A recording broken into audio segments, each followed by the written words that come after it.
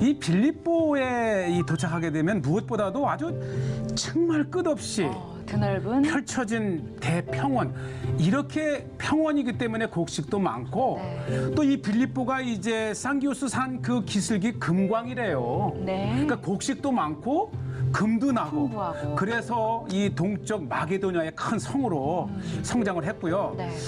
오늘날에는 이제 뭐 많은 발굴이 되어 있지 않지만 바로 제일 먼저 들어가면 맞이하는 것이 원형극장. 여기 원형극장의 모습이 그대로 남아있네요. 네, 규모가 굉장해요. 네.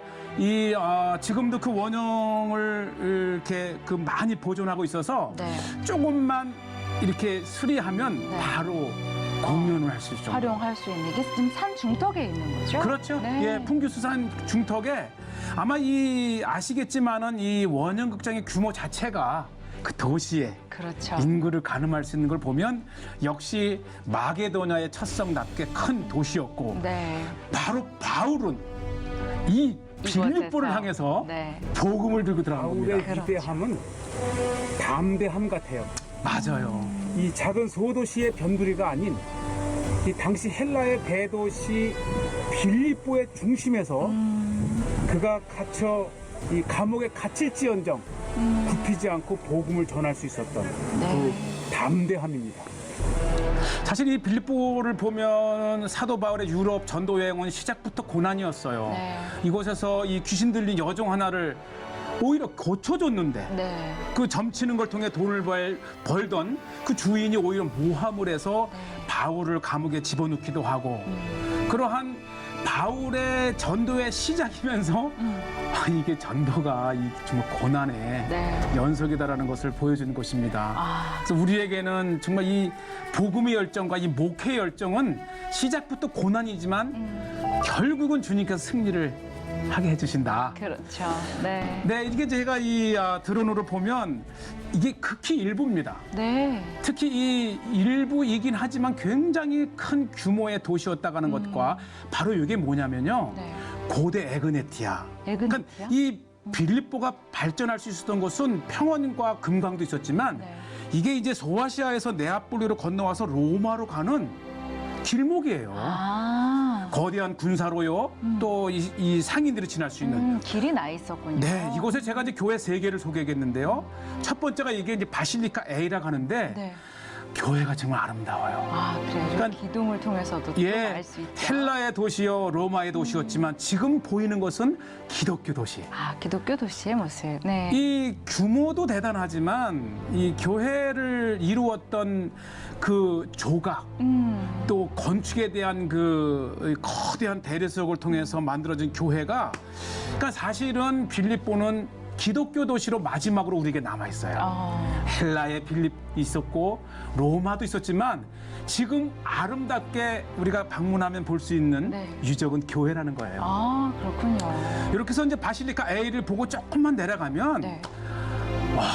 이것이 빌립보 감옥입니다. 감옥이요. 예, 오, 빌립보 감옥하면 네. 바로 이곳에서 복음을 전하던 바울이 바로 갇혔던 곳이잖아요. 그것이군요. 네. 어떤 사람? 제가 마치 우리 시채널 이사님이시잖아요. 네. 광성교회 이제 목사님이기도 네. 하시고 이분을 만났어요. 어. 그래서 내가 함께 돌아보는 잠시 시간을 가졌는데 네. 깊은 감옥. 그러네요. 이곳에 차고에 차여 갇혔던 바울과 실라. 기도의 연속이기 때문에 기도와 찬송은 분리되는 것이 아니기 때문에 슬픈 마음이 있을 때, 고난이 있을 때 찬송하면 찬송의 권능이 나타나죠. 그래서 바로 옥토가 흔들리고 빌립보 감옥이 열리는 놀라운 찬송 생활의 권능이 바로 바울이 보여준 우리의 신앙의 모본이라고 생각할 수 있습니다. 네. 맞아요. 예. 오. 빌립보 감옥에 우리 어울려요? 네. 잘 어울리십니다.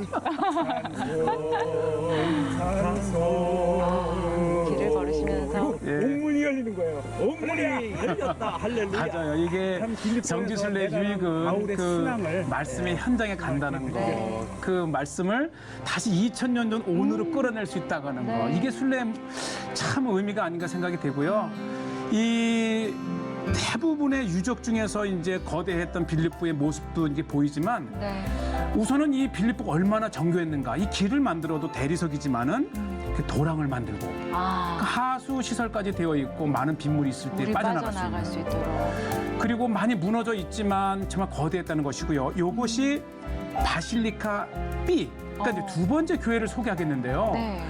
어떻게 저렇게 교회가 거대한 교회가 쓸 수 있었을까? 그러니까 결국은 이 헬라와 로마 시대를 지나 기독교 시대 때에는 거대한 기독교 도시였다고 하는 겁니다. 저희가 또 그 규모를 통해서 아직 조금 다 완전하게 네. 있지는 않지만 그래도 규모를 가늠해 볼 수가 있습니다. 그러니까 무너진 것을 이제 지지대를 세워서 유지시키는 것만 봐도 네. 거대하니 이거를 이제 뭐 지붕까지 완성되었던 것을 봤을 때 그렇죠. 그다음에 이제 그 옆에 또 이렇게 또 다른 또 교회가 이쁘장해 있어요. 네, 그러네요. 하나, 둘, 세 번째 교회인가요? 뭐 많아요. 한 뭐 7, 8개 되는 것 같은데 그래요. 오늘은 이제 제가 이제 한 3개 정도만 소개를 하는데 네. 이 빌립보 도시의 이 규모와 또 그 이제 우리 이제 나중에 자주장사도 이곳에서 활동했던 유대인의 이제 상인이었는데 이 빌립보는 이 지역에 보낸 편지가 빌립보서잖아요. 그렇죠. 그래서 이 빌립보의 상황은 사도 바울이 2차 전도 여행 때 지나가면서 본 것하고 플러스 네. 그다음에 이 빌립보를 기억하면서 그들에게 편지를 썼던 빌립보서를 보면 그때 당시에 이 빌립보 문화와 사람들의 삶을 알아볼 수 있고요. 네. 이것이 세 번째 교회인데요. 아마 이게 가장 이거인데요. 이게 이제 그 지붕에 쌓여 있는 것인데 네. 이게 팔각형으로 이루어진 왜냐하면 이 비잔틴 시대 때 초기에 가장 그 기본이 됐던 게 팔각형이에요. 네. 그래서 예수님의 무덤도 팔각형이고 예수님의 탄생교회도 팔각형인데 그 초기 팔각형의 형태를 가진 교회가 있다고 하는 것은 우리가 바실리카 A, B는 이게 5세기, 6세기거든요. 네. 그러면 이거는 그 이전에 그러네요. 그러니까 이 사도 바울이 지나간 직후에 교회가 시작이 되었고 이 그리스에서도 거의 유일하게 거의 제 기억으로는 네. 이 빌립보에서만이 팔각형의 교회가 발견이 됐다는 것은 아마 가장 최초의 교회다운 교회가 이 빌립보에 있다는 거예요.